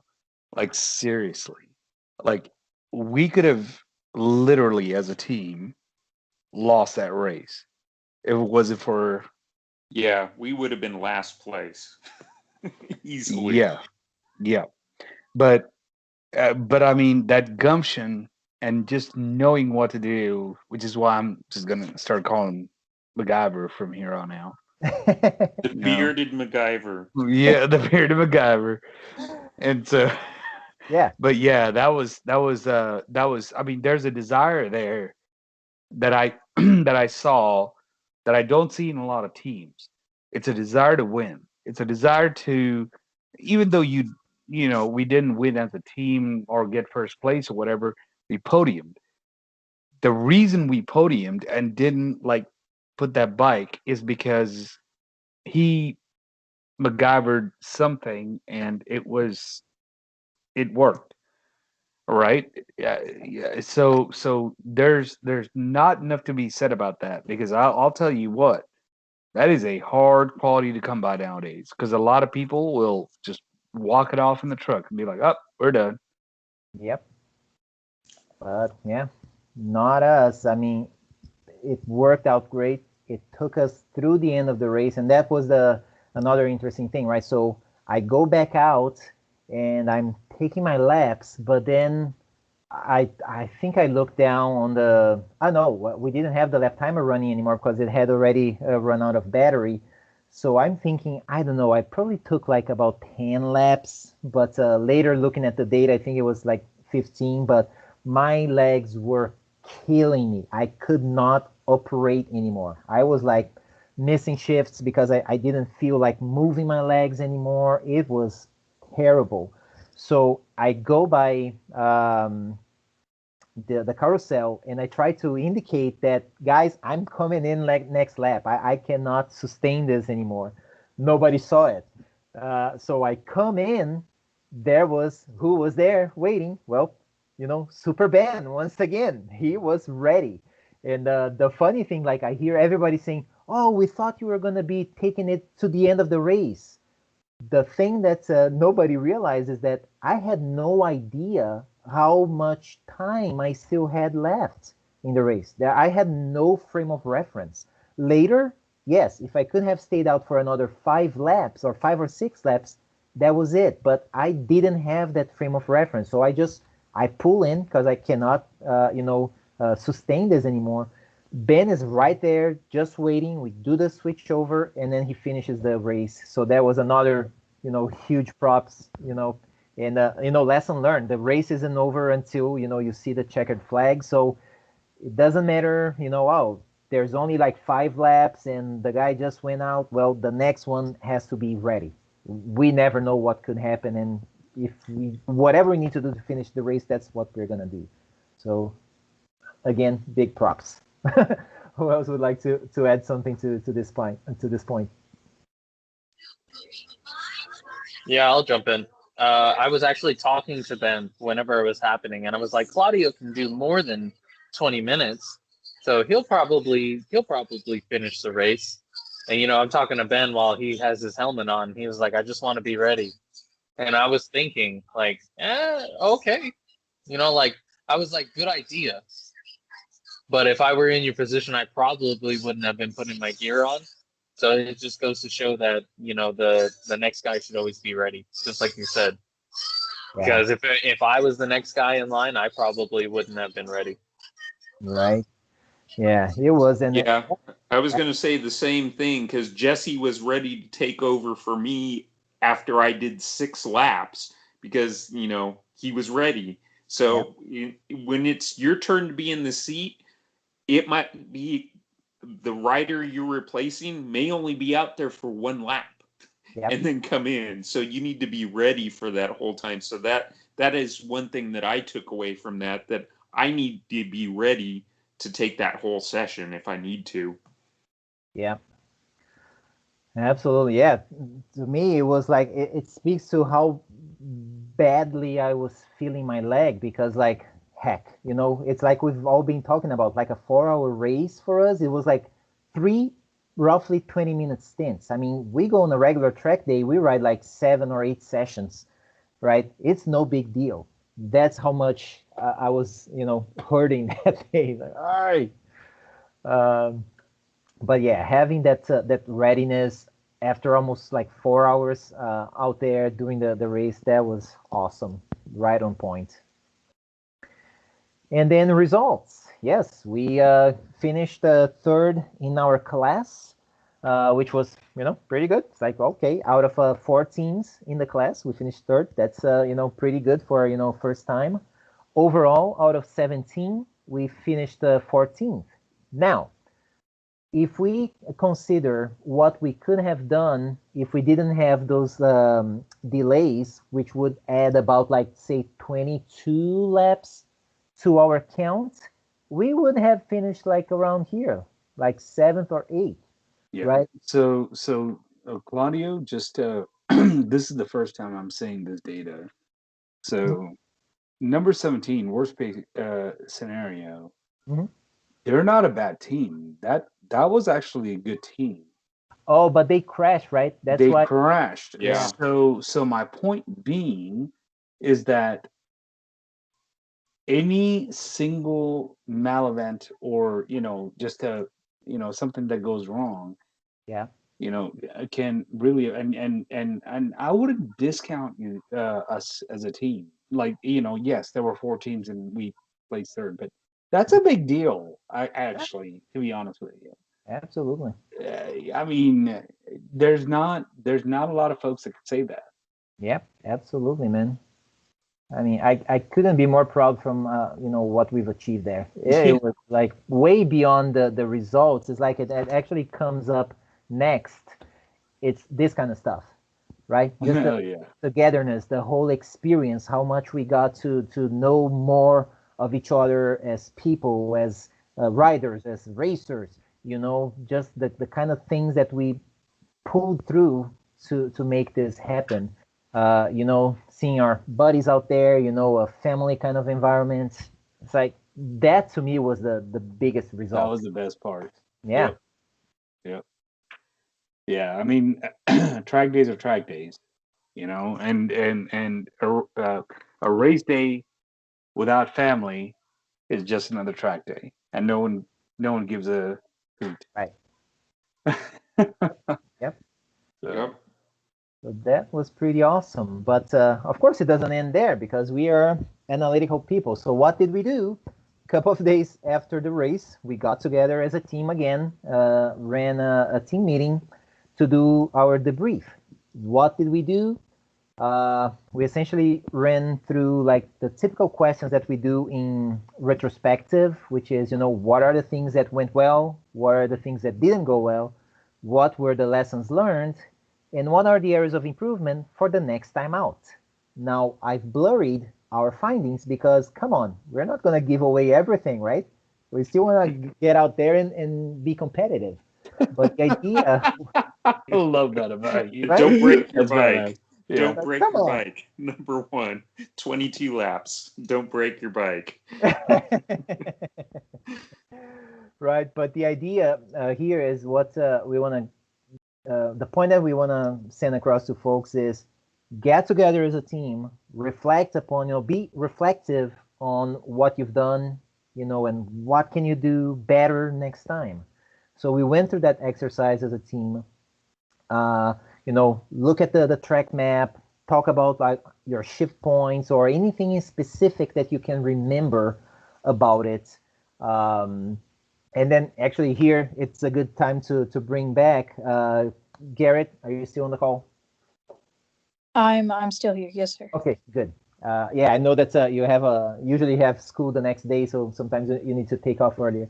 The point that you were making that like somewhere during the race, you lost brake pressure. So calling back to that, tell us about that experience. Right. Oh boy, that was scary. So, setting up for the bus stop corner, aka turn 4, uh, You pointed right. I had kind of lost brake pressure at turn 3, but I didn't really think much of it. But it was just for a moment. Like, I was really hard on the brakes and I was setting up for a pass that I definitely could not make. And I ducked on the inside of the guy and I lost it. There was nothing. I was trying to back off, but I pulled it all the way to the bar and I felt nothing. So I just kind of screw it. And this is where no brake drills come in. I was like, oh, screw it. I got to tip the bike into the corner and hope for the best. And then whenever I set up for the chicane, brake pressure came back. So I got super confused as to what kind of happened there.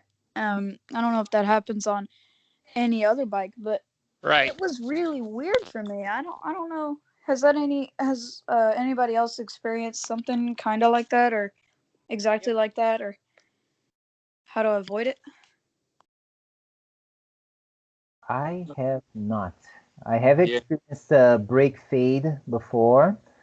Um, that was caused by, when riders go out to the track and are a little bit unsure, just riding around the track. So they keep resting like two fingers on the lever, not pulling, but Mhm. just leaving it there.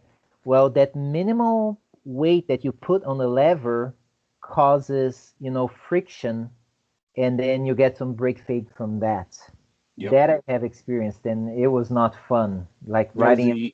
the only time I've ever experienced. So when I was riding a Crescent, turn 1 of Crescent, Mhm. same thing happened to me. But it was 4 laps in, and it's exactly what Garrett described. Hmm. And I couldn't figure it out. And it was not my bike. It was a ZX 6, um, or actually a Z 600, whatever the bike was. It was a Kawasaki, and but it was a 600. And I was I was writing it out, and I went through the exact same thing, and I was like, what the heck is going on? I have nothing here. I'm sitting there clutching, clutching, clutching. And then I wrote it out, engine braked, downshifted, and everything else was fine. But then what I realized, and this was way before any data analytics or anything else, because I was just a poor college kid. So, you know, but I realized that's exactly what I was doing. Just what Claudio just said is I was just riding those 2 finger brake. I was threading that brake, Mhm. and just because I just wanted that safety, Yep. and I just could not let go mentally, and it caused some kind of a gap or a bubble or so. I have no idea. Never figured it out. But Well, what happens, the way it was explained to me is as you're resting your fingers like that, it is moving the pads. So it has like some contact of the pads with the wheels, so they heat up and they overheat. That's Yeah. how the technicians at the track that time explained it to me. So the thing I was going to say is I don't have a lot of experience with this. It's only happened to me once. The textbook approach to this is when the bar comes back to the lever and you have no braking, pump the lever a second time. You will get more pressure on the second pump, so at least you have some stopping power. I would also say don't don't expect much power from that second pump, but if it comes back to the bar, continuing to press that against the bar is not going to get you anything. Release it and pump it a second time. If you have to, release it and pump it a third time. But Garrett's instincts were correct. You just go around that corner without the brakes. You lean off the bike, you yep. pitch the bike in, you scrub off the speed with your cornering force. But that's the only other point I could have to add to that. Michael, that's It's actually a very, very, very spot on point, because this is why we do no brake drills, because you need to be able to save the bike and yourself, more importantly, if something goes wrong, because God forbid the front brake locks. Let's take it the other way around. And God forbid if something like that happens to any one of the members on the team or anybody, that's just a bad situation. So that's why we run no brake drills. It's not essentially to get faster speeds. It's to learn how to save in the event of a failure. Mm-hmm. If that makes sense. Yeah, put something else in your toolkit. Yep. Yep. Good deal. What else? Well, the data for the folks, using Race Monitor, which gives you access to the final results there with the lap by lap, lap times and all that. You can export that. So it's a feature in the app where you can say, export the data, send it in an email, and it exports it to a CSV file, which you can, load it in, Excel or Google spreadsheet or whatever. And then you can run some analysis there, right? Again, I'm not going to give you folks what kind of analysis we've run, right? You can figure it out. It's data, right? It's data that you can use. You have lap times, you have lap counts, so you can figure out some stuff from there. So we were able to learn some of the things that happened during the race by looking at that data, which, if you do the live timing thing, you can get that data and just harvest that in that way. So that was one thing we did. Let's see, back in. Got a pork loin cooking. Oh, there you go. So that was something that we did just a couple of days after. And then in the days and weeks that followed, we've worked on some improvements, both on the bike and on the riders. So on the bike, Jesse, would you like to talk about what's been done to it? More specifically, I guess, a quick throttle, electric starter, and anything else I've missed here? Yeah, so basically the only thing that's been done so far since we changed, since we raced, I believe I've changed the spark plug, so it's got a brand new spark plug in there. I have adjusted the valves to what Blair recommended me to have them at, which is super easy. I don't know how often we're supposed to check them, but basically I'm just going to be taking a look. It's super easy to check them, so I could take them a look in between races to see when they fall out of spec or whatnot. I'm not sure how often you check yours, Steven. But yeah, I check mine about after every two races. Okay, that's what I was thinking, because I was thinking maybe 3 times a season, like once in the beginning and then middle of the season and then at the end. But I didn't. I rather check way more than needed. Right. But so then we all decided, because it had the stock throttle on there, so the throttle throw, how much you need to twist the throttle to get to 100% is so much to where a lot of the riders were having issues. Like they thought they were at full throttle when they were really at 85, 90%. So emailed Blair, got us a quick turn throttle. It's like a quarter turn throttle, so it's really similar to like an R6, I guess, if you guys ride big bikes. And basically it's a lot different now. You won't need to turn the throttle as much. And it came with new grips. It has Motion Pro grips. Those are already re-safety wired and whatnot, so it's like brand new. And we do have an electric starter, which I have. Well, we haven't installed it, but we will be installing it the next time I get the bike with me. And we won't really have to worry about if we crash or if the bike's hot or if it's loud. We'll have the electric starter to make sure that bike gets started. Beautiful. And Jesse, do we have to change the throttle housing to have the starter button on it? No, the starter button is basically just the button, and it has a little clip on it, and it just grabs onto the clip on. So the housing and the button is completely separate from each other. Cool, perfect. Excellent. And then the ergo change that I've put there. So 2 weeks ago, I got a chance to ride the bike again at the same track with Ben. And before going out for the first session, I changed the positioning on the foot peg just on the left, which was the one that was hurting me really bad. Because I said, okay, let me try it just to see what happens. So I've lowered it by about maybe 1.5 inches or an inch. And right off the bat, like the first couple of laps in the first session, I was already turning the same lap times that I was turning during the race and not feeling hurt at all, riding all day and like dropping lap times and all. It really speaks to how important it is to find, ergonomic adjustments that, of course, different riders, different, body shapes and all riding the same bike, it's going to be impossible to make it comfortable to everybody, right? We need to adjust the way to ride, but we definitely need to strive for not having the riders like hurt as they are riding. Ride So slower than you normally do, but at least for the same length of time to be able to pull, a number of laps out there.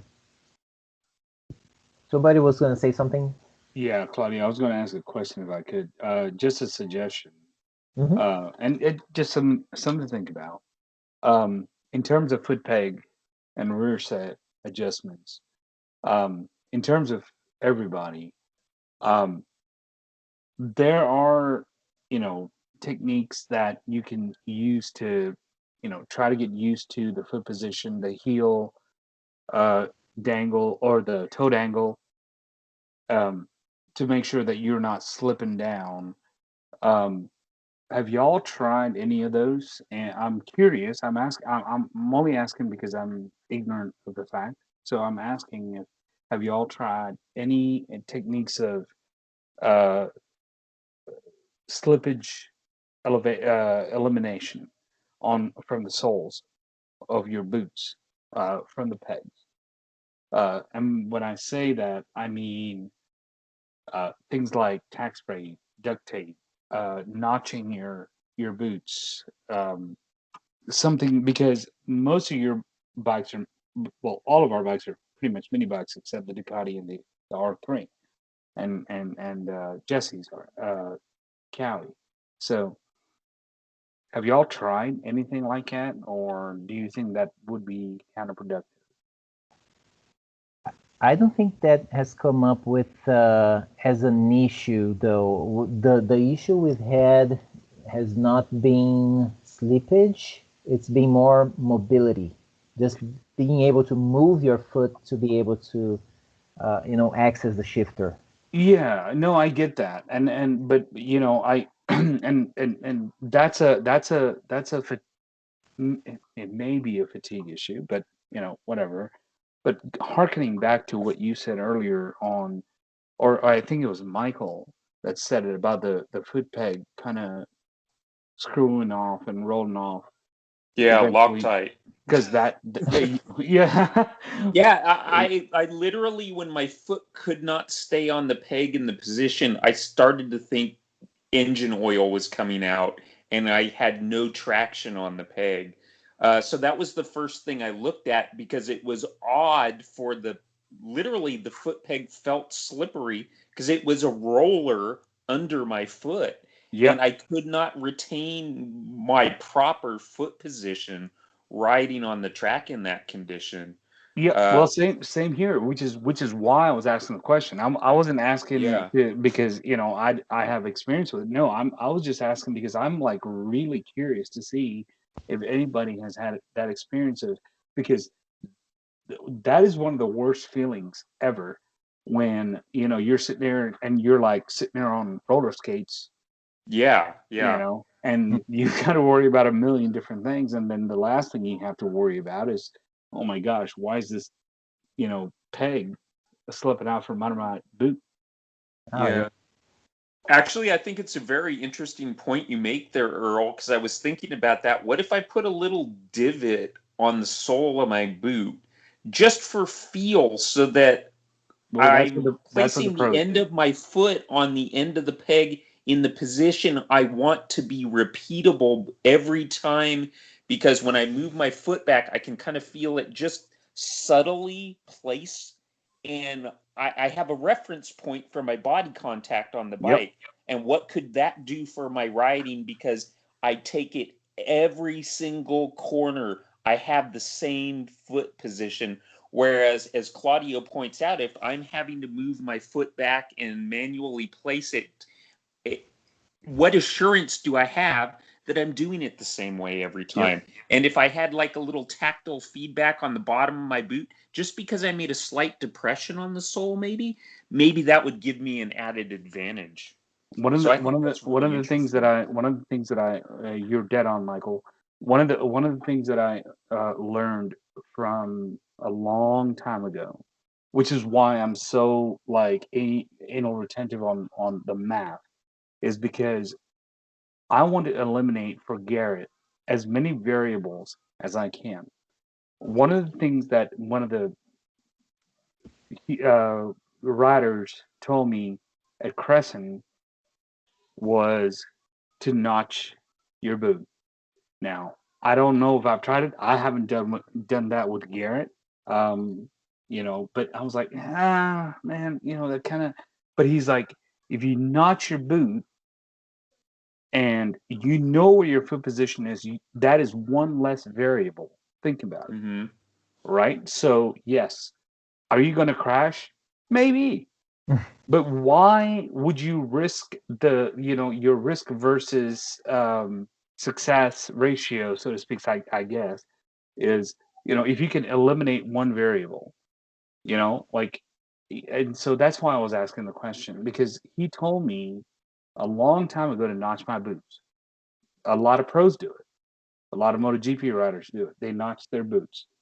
But it's got to be optimal for everybody, right? So that's why I was just kind of throwing it out there, because it's a when we don't do endurance and when we're all doing just sprints and you guys are running your own race, might be a good deal to just go buy a cheap set of boots, notch it on your best lap, notch it, and see how that works. Yeah, that's pretty interesting, because that's also unique per rider. Michael does it different than Claudio is. So we can optimize it for ourselves. Whereas if we're making a change to the bike, that change applies to everybody. Yep. So if you notch your boots, that is a very unique thing to you. And that is a change to a rider that doesn't have to pass tech, that doesn't have to do anything. And now you feel completely comfortable. And this guy that told me this, I forget his last name, but his first name was Roger. But he was one of and he rode Crescent before they rebuilt it, back in 2004 on an FZ09, and he was beating everybody. Like, it was an FZ09, so essentially, a super motard kind of setup. But he was beating Gixxer 1000s. He was beating Ducati, like ridiculous. And his key was notching his boots.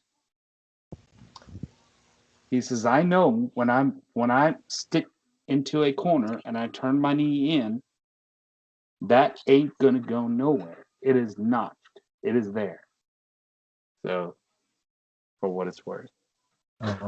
Ready? Cool. All right. Thank you, Dad. That really helped. That notching the boot to get more grip on that peg. That is a really, really, really good topic. I've never tried that. I'm gonna have to notch the my boots. Are you making fun of me or? No. No, I'm actually gonna have to notch my boots now. I really want to try this. This sounds really interesting. I really want to try it now. Yeah, the next one is figuring out where you need to put the notch. I would recommend just covering the whole bottom of the boot with a Sharpie, and then seeing what part wears off, and then just notch there, I guess. He gave me a trick for that too. He said just wrap both your boots in duct tape, Just do 2 laps, maybe Yeah. 3. Yeah. And see where the marks are. Pretty much close to what Garrett just said. But when you see where the marks are, where you see where the indentations are, notch it out, and that's Yeah. your point. Cool. Excellent. All right, moving on. I believe this is the last point. How have we been working to improve the riders based on our learnings from the track? Well, we get a bunch of data from lap timers. We use the AIM Solo 2. What have we been doing? Just pulling that data. So again, data coming from riding the same bike at the same track. So from different riders, we can plot that on the software, see, where we are making up time or losing time, coming up with a plan of action. We go out to the track, right? We run action cameras. We follow each other. We lead each other. We give pointers. We help out each other. We make progress like that. So this has been a wonderful experience, I would say, from this kind of learning, right? So since we cannot afford having a coach with us every time that we are out riding, we are our own coaches, right? And we coach each other, we coach ourselves, and we use whatever tools we have. So this could easily be like one of my favorite things that came out of like everything that we are doing right now, is being able to learn how to analyze the data, analyze the videos, put it all together, and then use that to improve ourselves. What do you guys add to it?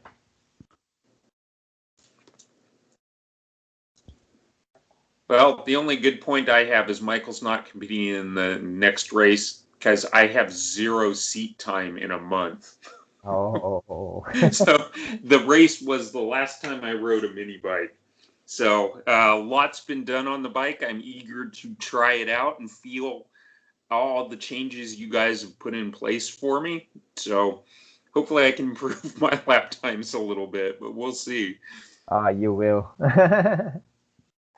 I'm pretty sure you get out there and like right off the bat you're gonna start like riding some laps that we are all gonna be looking at you and like, dude. It's gonna Michael, be you also got to remember during the race, you were doing faster lap times than me, and I already had a full day of testing on it. And Right. yes, it took you a couple sessions, but you were still doing faster lap times than me that was already comfortable on the bike. Jesse, I just think he was trying to wreck it on purpose, bro. Don't do Yeah. it. Well, I think it was interesting that during the practice sections, I was 5 seconds a lap slower in the practice sessions. Something about being in a race with a bunch of other riders, right? Yep. That's why I always evangelize the mock races. Right. Yeah. Yeah, I mean, we can keep chatting a little bit as I let this video with some excerpts from the race weekend happen. And then, as we get ready to just wrap up this call and, I can hit play, wrap up this call and, call it a meeting. Yeah. So I just wanted to throw this out there with you guys. I told Claudio about this, but there is a guy that is interested in doing it's a 24-hour endurance race. He reached out to me. It's an 8-person team. He's out in California, but he's going to be at Speed Sports in August. So it ain't like soon, but it's an 8-person team. His daughter Hayden, she's a very fast rider. Garrett caught his attention a couple weeks ago when Scott Giordano threw the pictures of Garrett up there and you guys. So he called me and he asked if Garrett was willing to ride, and he needs 4 more riders. I said, adults or kids? He says, it's a mix. It's a 24-hour endurance race. The next one that the date that he sent me for the one in August is in Phoenix, Arizona. But I said, I know the people for it. I asked Sonia. I told so far Aiden, Mike's son, Aiden, he's scheduled to be part of the team.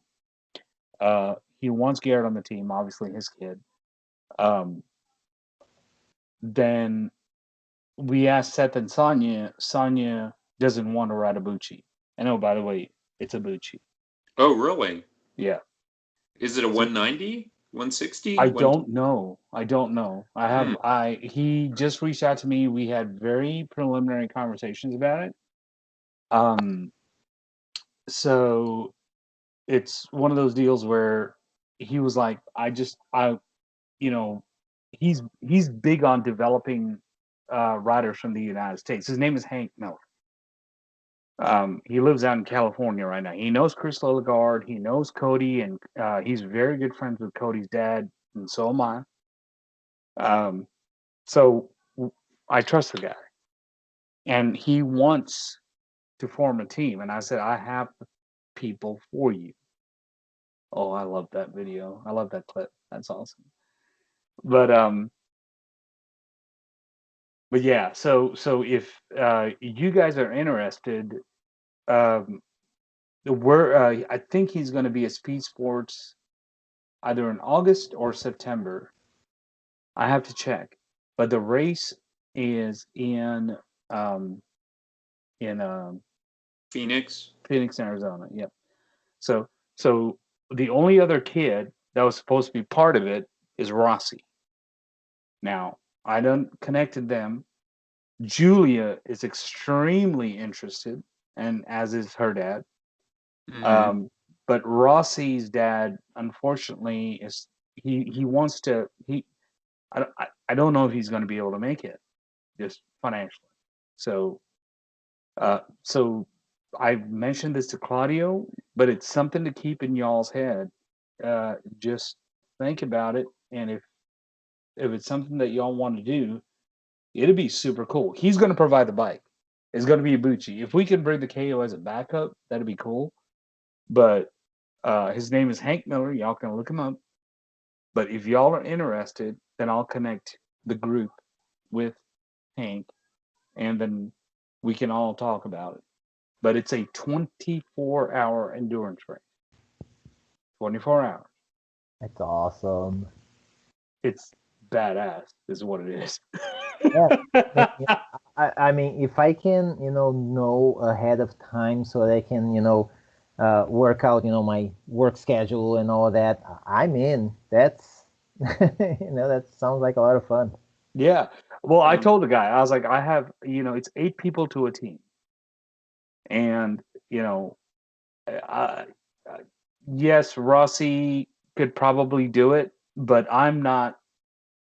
I love Rossi. I appreciate his confidence on a bike, but I am not willing to put somebody like that on a team with somebody else's bike and just rolling the dice and just hoping for the best. I would rather it be just a cool experience kind of deal. You know what I mean? Yeah. And this is what he said. He said, Hank, I talked to Hank for over an hour. He said, if you guys are serious and you really want to learn something, it is a 24-hour endurance race that's going to let you really teach you. And then all this stuff is cake. Yeah. So I was like, yeah, I mean, that sounds cool as all get out. So anyway, just wanted to throw it out there. Just something to mull. Yeah, if it works, I'm always interested on getting on an airplane and going to ride a track I've never been on.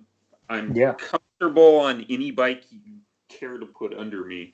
I think the biggest issue for me is just work. Yeah. Well, I don't have that problem right now. Yeah. But my goal was trying to just get together like a road trip with all of us and just everybody just pitch in and head on down there. Yeah, I was just thinking Arizona. I'm like, I'll drive there. All right. Yeah, I'm game if it works with work schedule and whatnot. Like, I wouldn't be opposed to it. Like I said, it's not like a 2 week kind of deal. It's down the year, so I'm giving y'all, just a lot of notice. But I told him, I said, man, please give us first pick on your team spot, because this is one of those, like, a lot of quote unquote important people come to watch this kind of race, and it'll be, it'll just be a cool experience.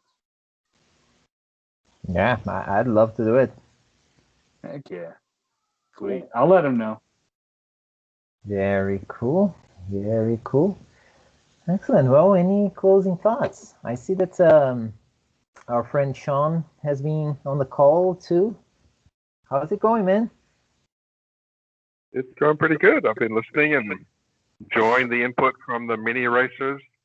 I actually was curious. I'm wondering if maybe I could invite Chase Black and see if he'd be interested in joining in on the mini racing festivities. Yeah. I think Chase has his own team. Okay. Oh, Chase. okay. Yeah, I think so. So, but no, I mean, ask. Like, are you talking about the race down there in August? Maybe. Yeah. I'll ask him. Yeah. I mean, ask him, because his dad and I talked at CODA. And so, but Chase also rides a 899 Ducati. He was riding an 899 Ducati at CODA when we were there, when Garrett was riding his R3. Right. My only fear is that he'd just be bored. I mean, that kid is ridiculous fast, man. I mean, Garrett, and I would love to have him on the team. I would love to. I love that kid. He and his dad, they're such sweethearts. I mean, yeah. I mean, it's up to everybody else, but ask him, and if he wants to do it, and if he can, and if he wants to, I'm more than willing. Because ideally, we'd like to have 4 kids and 4 adults. Yep. Right? With one as a backup for each. Right. That's what I was going for. Yeah. I'll ask his mother. What's that? I'll check in with his mother and see what she thinks. Oh, yeah. His mom was a sweetheart. Yeah. Well, Cool. excellent. This was fun. Thanks everybody for joining in, contributing to the conversation. Sean, Michael, and I are going to be seeing you and riding with you in what, 3 weeks now? Couple weeks. Yeah. Oh, yeah. Claudio, by the way, I do have an email from Blair. Our bikes were shipped yesterday. They are on the road to Houston. Okay. I don't know if we're going to have our KOs by Saturday or not. Okay. I'll keep you posted. He's supposed to be getting me a tracking number so we can find out at the end of every day where they are. But I don't know. Tomorrow's Thursday and the day after is Friday. So yeah, right. My early prediction was they'll show up Monday when we can't really do anything with them.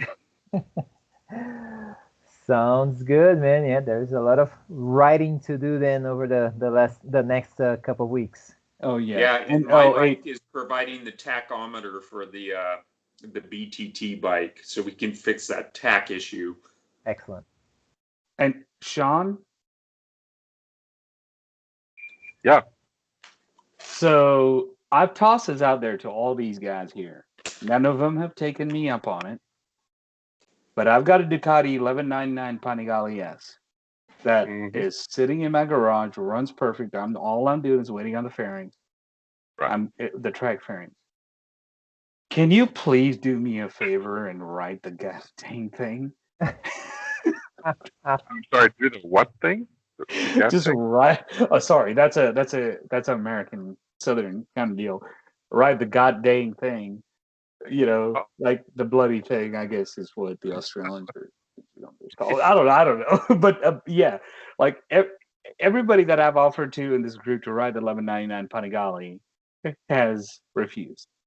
I will ride it any day of the week. You're You just give me a right. track. You just give me a track.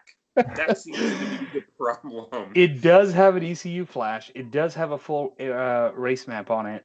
It is not a. It's got a V4 race map on it, Mhm. so it runs like a beast. Garrett has ridden it, but you know how Ducatis are. Yep. So yeah, and I'm with my back injuries and everything else. I cannot ride. I just cannot ride. Right. So I have this bike sitting there. It's a 2016 1199 Panigale S, and it runs. It's beautiful. And once I get the plastics, take her out for a spin. Sure. Yeah. I'd love to. But There you go. I cannot ride someone else's bike. You have to bend your arm backwards, right? Very cool. All right, great. Thanks, guys. This was a lot of fun, as it is like writing. The next thing, the next best thing to writing is talking about writing, right? With friends and all. So thanks you all very much for joining in, and I hope to see you all, soon. Yep. Thanks, Awesome. Claudio. Thanks for the tips, guys. Gonna go Claudio. notch my boots. That's right. There you go. Appreciate it. Bye, Y'all everybody. be good. All right, bye.